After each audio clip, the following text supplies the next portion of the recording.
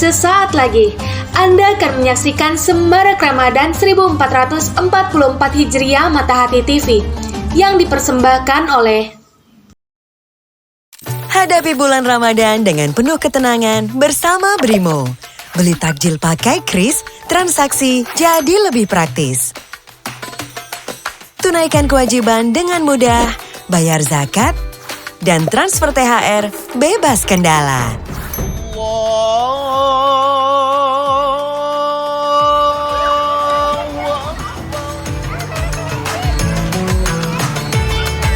Setor tunai tanpa kartu, jadi solusi cepat dan lebih aman pakai Brimo.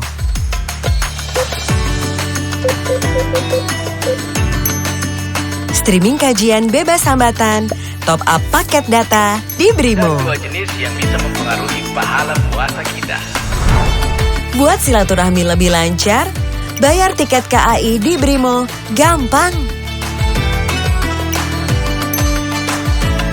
Bersama Brimo, jalani Ramadan dengan tenang untuk menuju kemenangan. Brimo, beri tenang, biar menang. Semua pakai Brimo.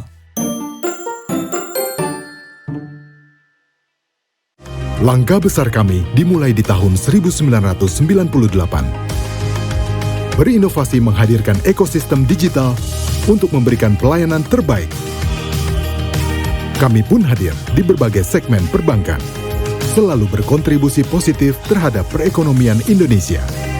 Sebagai undisputed market leader, kami menerima berbagai penghargaan terpercaya. Hingga akhirnya, langkah kami terus tumbuh, membawa perubahan besar bersama Indonesia.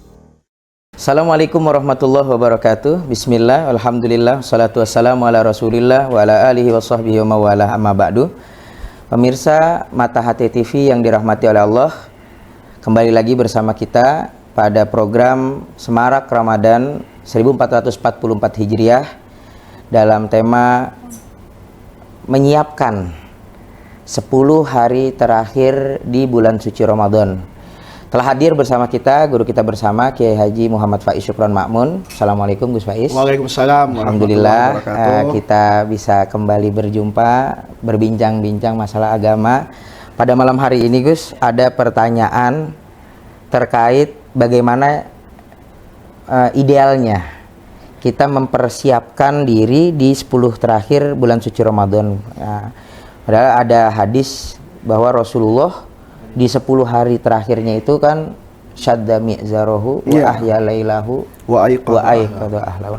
Nah, idealnya buat kita nih generasi milenial tuh menyiapkan 10 hari terakhir di bulan suci Ramadan tuh gimana, Gus? Ya idealnya seperti hadis tadi. Artinya melakukan persiapan secara lahiriah. Lahiriah itu kan dibuktikan oleh Rasulullah tadi itu kan. Begitu masuk kepada al-ashrul awakhir. Berarti ini kan ada kesadaran Irfan bahwa sekarang ini masuk al-ashrul awakhir. Dan itu kaitannya kan dengan ingatan lahiriah kita. Oh iya ya, ternyata sekarang Ramadan sudah sampai pada bagian apa ini? Akhirnya. Maka ini yang dikatakan oleh para ulama usaha lahiriah. Aiqadha ahlahu, dia ajak ya bahwa seluruh anggota keluarganya berpartisipasi kan agar semuanya juga mendapatkan rahmat Allah. Wasadda mi'zarahu. Ini kan usaha lahiriah ya. Sadda mi'zarahu itu kan dalam artian banyak. Ada yang mengatakan Nabi tidak berhubungan dengan istrinya. Betul. Dengan kaitan suami istri.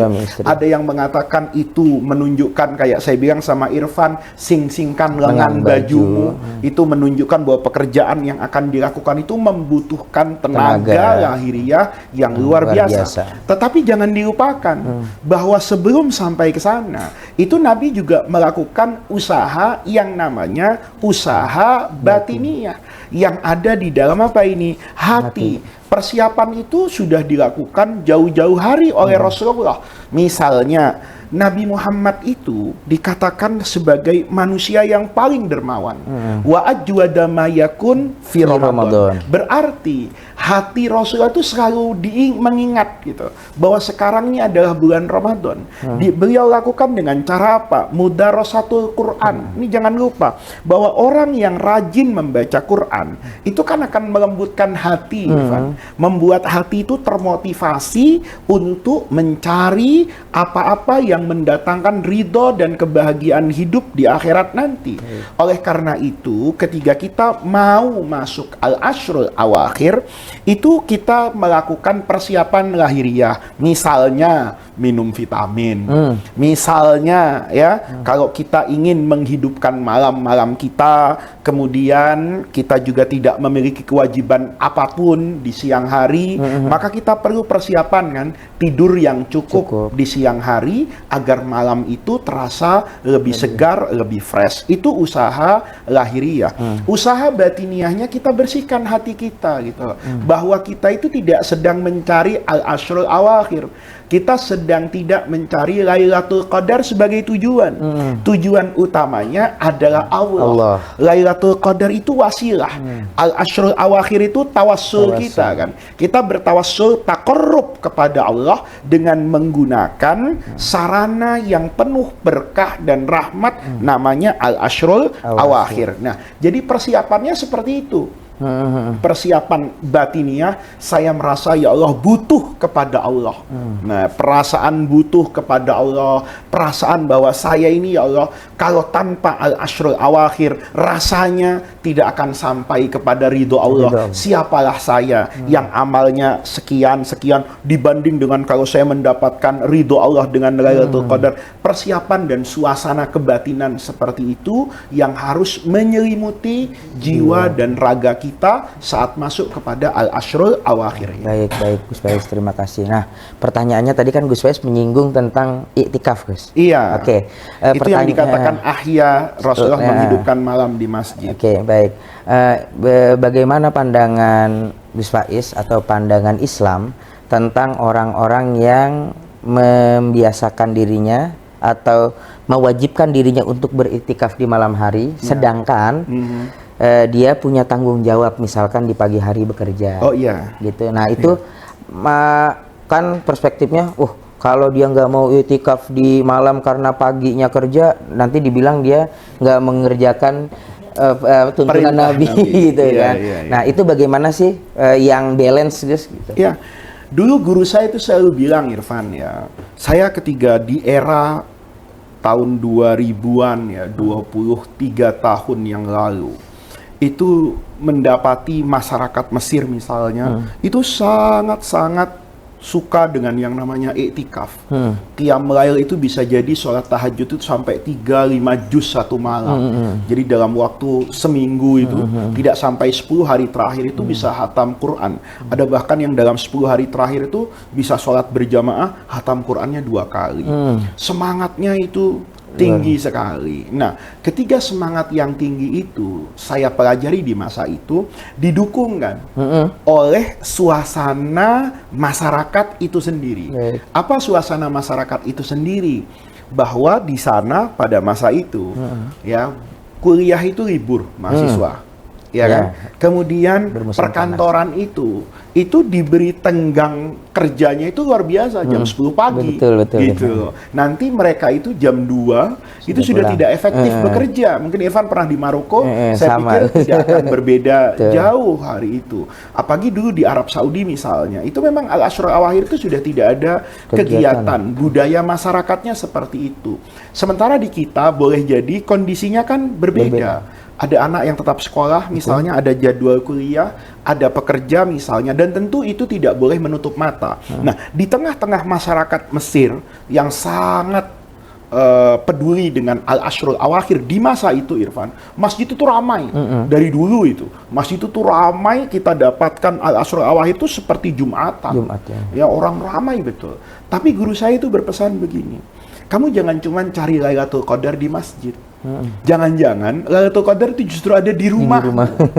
Waktu itu saya bertanya kepada guru saya, kok bisa Syekh Lailatul Qadar ada di rumah saya? Lo bisa jadi, kata guru saya, ibumu sepuh, membutuhkan perhatian seorang anak. Mungkin bukan cuma kamu yang ingat sholat tahajud, ibumu di rumah juga kepengen sholat tahajud, tapi Tidak ada yang membantu membangunkan dia dari ranjang untuk sekedar bisa sholat 2 rakaat. Maka boleh jadi ketika kamu berkhidmat kepada ibumu di rumah, ini penting Irfan ya, urusan kualitas dan kuantitas pahala itu ada pada Allah.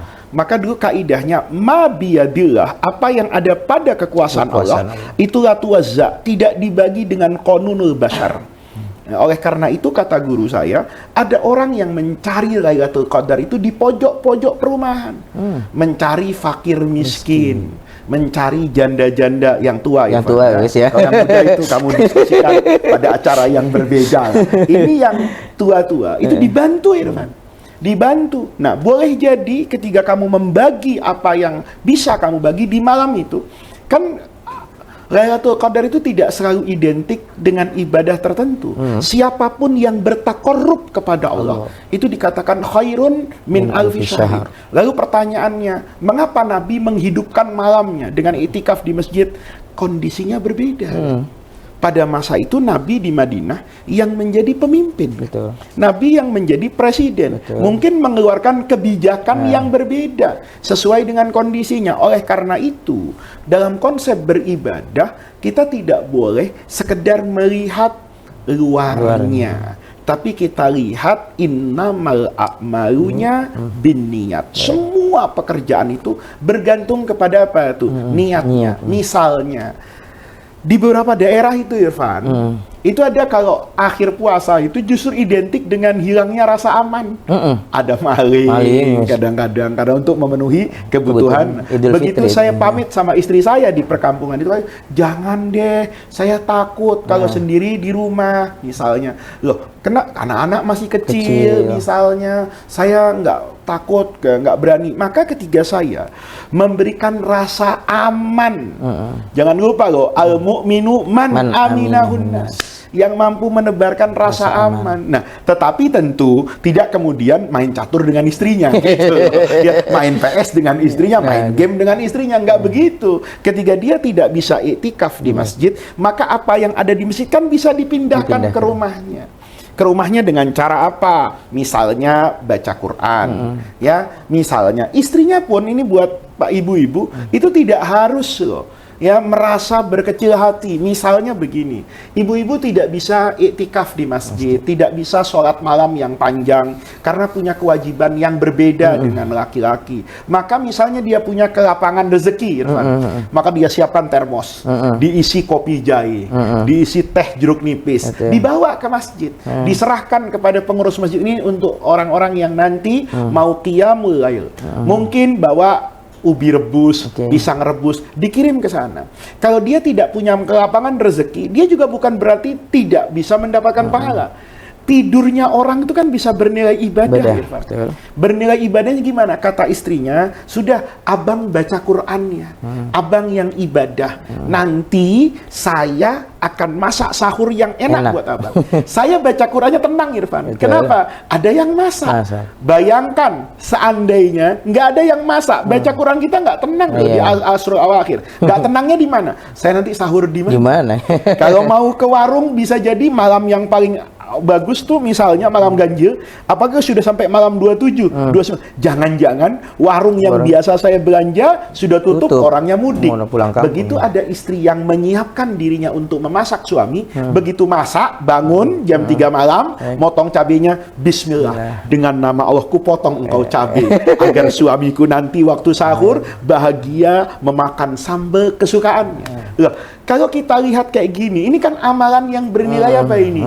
Ibadah. Nah, tentu ya istri juga punya kesadaran Irfan. Kalau di malam biasanya langsung masak, sebelum masak misalnya dia punya hafalan Quran.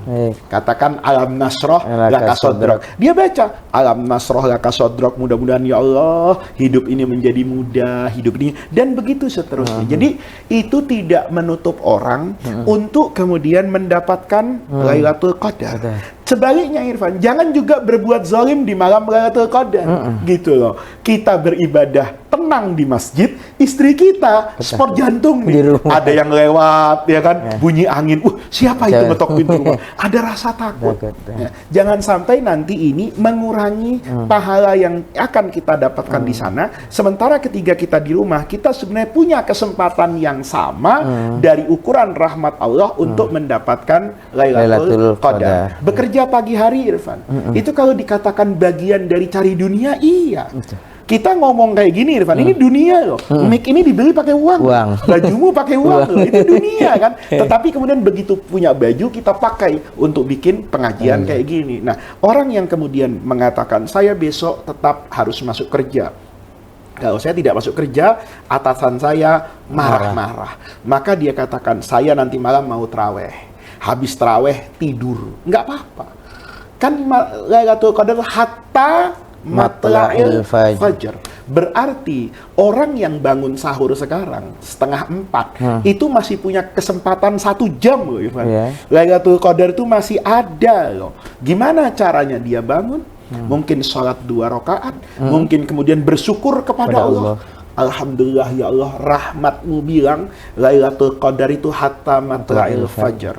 Maka saya bangun sebelum fajar ya Allah. Saya tidak mampu menghidupkan malam-malam saya, tapi yang saya tahu rahmatmu itu lebih luas dari apa yang saya bayangkan. Baik. Alhamdulillah. Berarti artinya banyak ya guys kesempatan untuk merengkuh rahmat Allah di 10 hari terakhir. Polisi yang mengatur jalanan di sepanjang tol Trans Jawa itu, itu juga bisa mendapatkan Lailatul Qadar dengan cara solehnya polisi. Ya, dulu di masa lalu Irfan, kalau sudah 10 hari terakhir itu belum ada tol Trans Jawa, itu yang namanya di keluar tol Cikampek, itu macetnya luar biasa. Dan itu polisi yang berjasa loh, mengatur, memudahkan orang. Ketika polisi itu berdiri di situ pakai tongkatnya mengatur, maju gini, memberhentikan, niatnya apa? Memudahkan orang yang mau silaturahmi kepada keluarganya, memudahkan orang agar mereka merasa tetap aman karena ada polisi. Ada mobil polisi itu yang cuman menyalakan sirinenya atau bukan sirinenya, lampunya saja. Tapi orang merasa tenang. Kita pulang tenang kok. Kalau nanti mogok, setahu kita di setiap jarak tertentu itu ada polisi. Itu namanya polisi yang mencari Lailatul Qadar. Lain kalau mencari kesalahan pemudik. Irfan tahu ya, di setiap lokasi mudik itu disediakan bengkel 24 jam. Boleh jadi di malam Lailatul Qadar ini ada mobil mogok. Apa kemudian, maaf ya, malam hari ini bengkel kita tutup. Ini malam 27. Ini Lailatul Qadar. Itu salah. Karena solehnya orang itu kan beda-beda. Maka begitu ada orang datang nih, bisa jadi montirnya niat saja. Niatnya adalah, saya pokoknya kata montirnya nih, saya mau ibadah malam ini. Tahu-tahu begitu dia selesai wudhu, ada mobil mogok. Iya kan?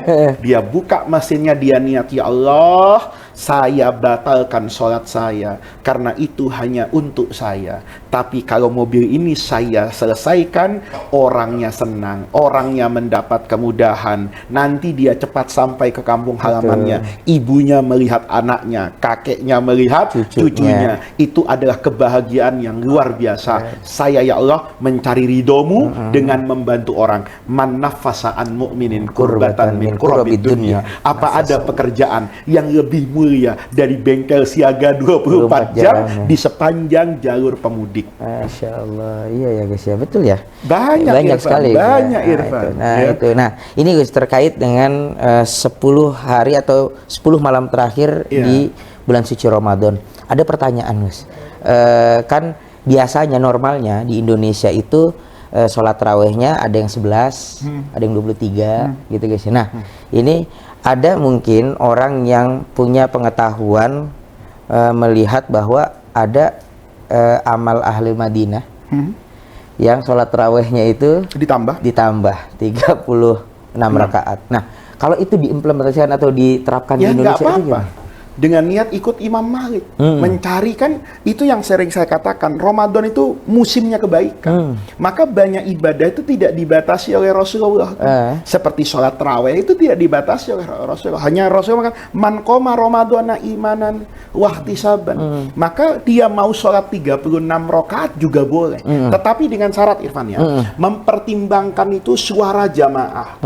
Jangan sampai nanti ada jamaah yang tersingkirkan dari sana. Waduh, kalau 36 selesainya jam sekian, nanti saya tidak bisa tidur, besok pagi harus kerja. Mau keluar tengah-tengah itu jadi perhatian orang. Maka bisa jadi orang tetap saja sholatnya secara pribadi ambil yang 23. Nanti dia mau menambahkan, itu kan banyak cara kaifiyahnya. Misalnya ya, dibiasakan kalau nanti masuk 10 hari terakhir ya, itu tidak ada sholat witir ketika terawih. Karena sholat witir itu kan adalah akhir sholatil lail. Itu kaidah. Maka dulu banyak ulama mengatakan terawihnya 20 saja. Yang 3 rakaat itu nanti ketika dia mau qiyamul lail. Kalau ada yang mengatakan tidak semua orang mau qiyamul lail, maka imam butuh untuk witir. Witirlah imam. Makmumnya kan gampang. Begitu imam rakaat yang terakhir 1, dia mufaroqah ke belakang.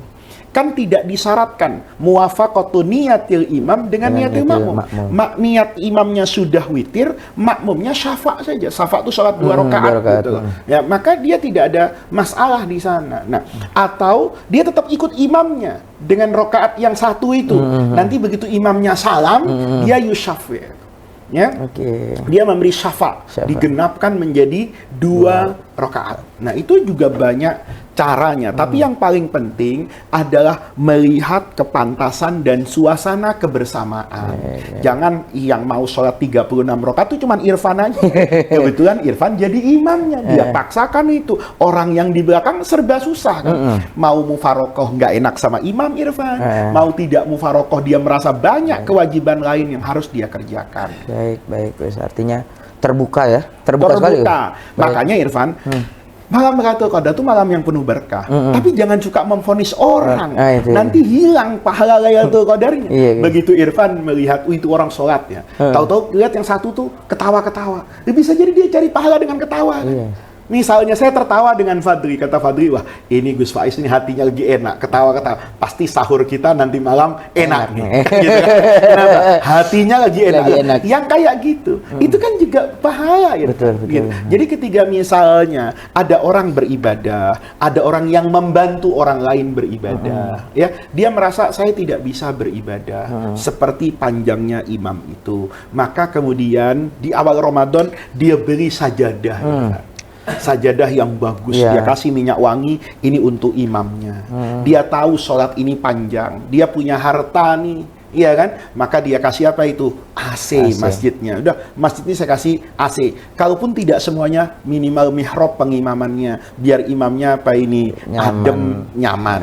Dia kirim jus misalnya, ya. Begitu assalamualaikum, ada jus mangga di sebelah. Assalamualaikum ke kiri, oh ada air kelapa muda misalnya, ada kopi. Itu kan juga mencari Lailatul Qadar, mencari taqarrub kepada Allah. Yang paling penting, jangan kemudian kita membatasi rahmat Allah, kita membatasi ibadah seseorang, karena kita tidak akan pernah tahu ibadah siapa yang nanti akan bernilai di sisi Allah. Masya Allah, alhamdulillah kita sama-sama dapat pencerahan baru nih guys. Artinya selama ini stigma kita Lailatul Qadar harus begini. Ternyata agama itu sefleksibel itu guys. Nah tinggal nanti bagian dari penghormatan ini. Misalnya sudah komit ingin dapat Lailatul Qadar, kalau mau mudik cari tiketnya itu yang tidak malam ganjil. Atau Irfan yang biasa pulang bawa mobil sendiri, carilah yang itu tidak malam ganjil misalnya. Kalau terpaksa di malam ganjil kan masih bisa beribadah, berhenti di rest area, anaknya misalnya dijajanin yang seneng di sana, suaminya yang supir tadi misalnya sholat 2 rakaat, kemudian meneruskan perjalanan. Di dalam perjalanan dia zikir kepada Allah, ya Rahman ya Rahim, muslim, saya harus berjalan malam hari ini, saya harus waspada, memasang kehati-hatian karena saya membawa nyawa sekian untuk sampai ke rumah dengan selamat. Kalau itu menjadi takarrub kepada Allah, kan bisa jadi Irfan, dia dapat Lailatul Qadar karena menjadi supir yang baik malam hari itu. Baik. Gitu. Alhamdulillah. Jadi artinya dari pemaparan Gus Faiz, pemirsa Mata Hati TV, bahwa persiapan kita menuju Lailatul Qadar atau di 10 malam terakhir ini memang harus sesuai dengan tuntunan Nabi. Namun kesesuaian kita terhadap tuntunan Nabi tidak menutup pintu bahwa ada perkara-perkara yang harus bisa membuat ibadah di 10 malam terakhir ini menjadi lebih fleksibel. Mungkin secara sosial dia bisa mendapatkan Lailatul Qadar, secara materi pun dia bisa punya pintu untuk mendapat malam Lailatul Qadar. Mudah-mudahan kita semua yang hadir, kita semua yang membaca, kita semua yang mengaji tentang malam Lailatul Qadar atau 10 malam terakhir ini diberikan kekuatan oleh Allah Subhanahu wa taala untuk dapat menyambut malam Lailatul Qadar dan memaksimalkan potensi ibadah kita di 10 malam terakhir. Sebentar Gus Faiz, mohon maaf saya baca ada pertanyaan masuk nih Gus dari luar biasa netizen. Baru masuk nih. Mohon maaf Pak Kiai, Gus Faiz, ini bagaimana hukumnya? Ada namanya katanya sholat kafarat Gus. Itu bagaimana pandangan agama atau pandangan Gus Faiz terkait dengan sholat kafarat tersebut? Jadi sholat kafarat itu sholat 4 rakaat di hari Jumat terakhir di bulan Ramadan. Hal ini dulu pernah saya tanyakan kepada guru-guru saya ketika saya mengaji ya. Tentu saya tidak tanyakan kepada guru-guru saya di Arab Saudi karena dulu jawabannya pasti itu bid'ah. Tapi pada ahlu sunnah yang menjadi representasi dunia Islam misalnya di Al-Azhar dan juga lembaga fatwa resmi di Mesir itu menyatakan bahwa itu bukan ibadah yang memiliki dasar hadis yang kuat. Bahkan beberapa fatwa yang keluar dari Darul Ifta itu menyatakan bahwa hadis itu tidak pantas untuk disebarkan karena bukan sekedar doif, bahkan dikatakan la asralahu. Karena apa Irfan? Jadi dulu kalau kita belajar ilmu hadis itu ada kaidah gitu. Kalau hadis itu terlalu jauh maknanya, itu bisa dikatakan itu bau-bau hadis maudhu. Ya, kan itu bagaimana mungkin orang yang sholatnya tidak pernah sholat seumur hidup, kemudian dengan 4 rakaat saja itu sudah hilang semuanya. Itu diantara ya kita tidak bisa memastikan itu. Jadi secara umum kalau melihat fatwa yang ada di Mesir atau misalnya di Syria, ini kan kita lihat misalnya di Syria ada Dr. Wahbah Zuhaili yang dulu sampai disebut Imam Nawawi Hadal Asar, bukunya Al-Fiqhul Islami yang merangkum semua mazhab yang muktabar dalam ahlu sunnah itu ada, itu tidak kemudian memperkenalkan kepada murid-muridnya sholat kafarat seperti itu. Tetapi sebagian ulama, utamanya dari Yaman, itu menyatakan bahwa amaliyah itu ada. Nah, tinggal sudut pandangnya. Imam Asy'arani misalnya membolehkan itu melakukan satu amal ibadah kalau didasari pada ulama yang muktabar. Jadi ada ulama yang muktabar mengerjakan itu, kita kerjakan, niatnya ikut untuk itu. Tetapi kalau pertanyaannya itu kepada saya, ya saya mengikuti guru-guru saya. Bahkan Imam Ibnu Hajar Al-Haytami misalnya, atau bisa dilihat juga di Hasyiah Asy-Syarwani ketika setelah membaca Tuhfatul Muhtad itu mengatakan bahwa itu memang tidak ada gitu loh. Walaupun Al-Qadhi Husain sama dalam madhab Imam Syafi'i itu memiliki pandangan yang berbeda, tetapi pandangan mayoritas yang terbaca itu memang tidak ada. Seandainya itu ada, tentu lashtahara bainan nas, akan menjadi masyhur di antara viral lah kalau bahasa sekarang, dan itu tidak saya dapatkan dari guru-guru saya. Tentu ini tidak menafikan orang lain yang memiliki guru yang berbeda. Tetapi pada intinya semua kewajiban kita kepada Allah itu harus kita bayar. Ya. Soal sampai atau tidak sampai itu nanti urusan Allah gitu. Kalau ada orang misalnya meninggalkan puasa katakan 20 tahun. Untuk mengkodok puasa 20 tahun itu bukan sesuatu yang mudah.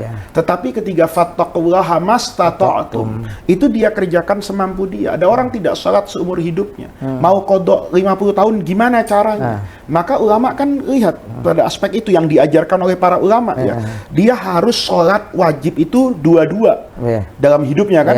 Duhur dia sholat yang adaan, habis itu kodokan sampai dia bertemu dengan ajalnya. Dan itu yang didapatkan oleh guru-guru saya. Dan tidak kemudian mereka menambahkan, oh nanti nggak usah, kalau begitu sudahlah, kamu bertawakal kepada Allah, sholat fardunya saja, nanti setiap Jumat akhir Ramadan sholat 4 rakaat dengan niat kafarat. Itu tidak saya dengar dari guru-guru saya. Tetapi kita harus memahami bahwa saya ini bukan apa-apa gitu. Boleh jadi ada orang yang lebih alim dari saya, yang lebih tahu dari saya, memiliki sanad itu yang bisa dipertanggungjawabkan, ahlan wa sahlan.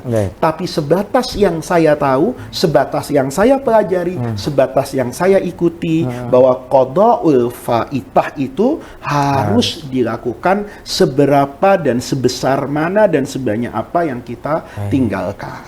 Baik Ustaz, alhamdulillah, artinya terjawab nih ya. Tapi yang bagus itu Irfan sebetulnya adalah dia mengerjakan apa yang saya katakan, qada' faitahnya diperhatikan satu demi satu, kemudian dia niat mengikuti ulama Yaman yang masyhur, misalnya Syekh Fahrul Wujud, kemudian dia sholat seperti itu, ya enggak apa-apa gitu. Tapi buat saya yang lebih dipentingkan itu yang pertama. Baik, alhamdulillah. Artinya kalau dia punya utang, ya bayar utangnya dulu. Terkait nanti ada kesempatan dari orang yang ngutangin, ini dikasih ini udahlah bebas utangnya, itu urusan belakang. Itu urusan ya arhamar rahim.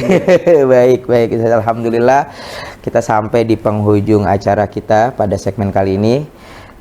Kami ucapkan terima kasih Gus Faiz atas ilmunya, atas pengetahuan yang diberikan kepada kita, dan juga kepada seluruh pemirsa Mata Hati TV. Alhamdulillah kita selesaikan sudah segmen kali ini dengan membaca doa kafaratul majlis. Subhanakallahumma wa bihamdika astaghfiruka wa atubu ilaik. Terima kasih banyak. Mohon maaf atas segala kesalahan. Wallahul muwaffiq ila aqwamit thoriq. Sampai berjumpa di tahun yang akan datang. Assalamualaikum warahmatullahi wabarakatuh. Waalaikumsalam warahmatullahi wabarakatuh.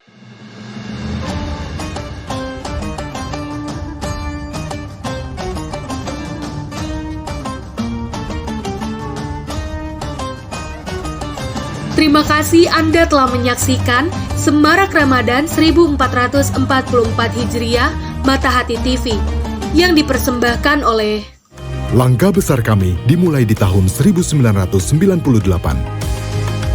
Berinovasi menghadirkan ekosistem digital untuk memberikan pelayanan terbaik. Kami pun hadir di berbagai segmen perbankan, selalu berkontribusi positif terhadap perekonomian Indonesia. Sebagai undisputed market leader, kami menerima berbagai penghargaan terpercaya. Hingga akhirnya, langkah kami terus tumbuh, membawa perubahan besar bersama Indonesia. Hadapi bulan Ramadan dengan penuh ketenangan bersama Brimo. Beli takjil pakai kris, transaksi jadi lebih praktis. Tunaikan kewajiban dengan mudah, bayar zakat, dan transfer THR bebas kendala.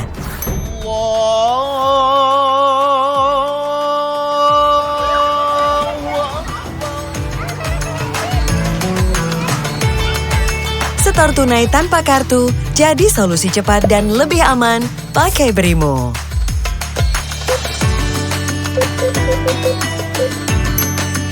Streaming kajian bebas hambatan, top up paket data di Brimo. Dua jenis yang bisa mempengaruhi pahala puasa kita. Buat silaturahmi lebih lancar, bayar tiket KAI di Brimo gampang. Bersama Brimo, jalani Ramadan dengan tenang untuk menuju kemenangan. Brimo, beri tenang, biar menang. Semua pakai Brimo.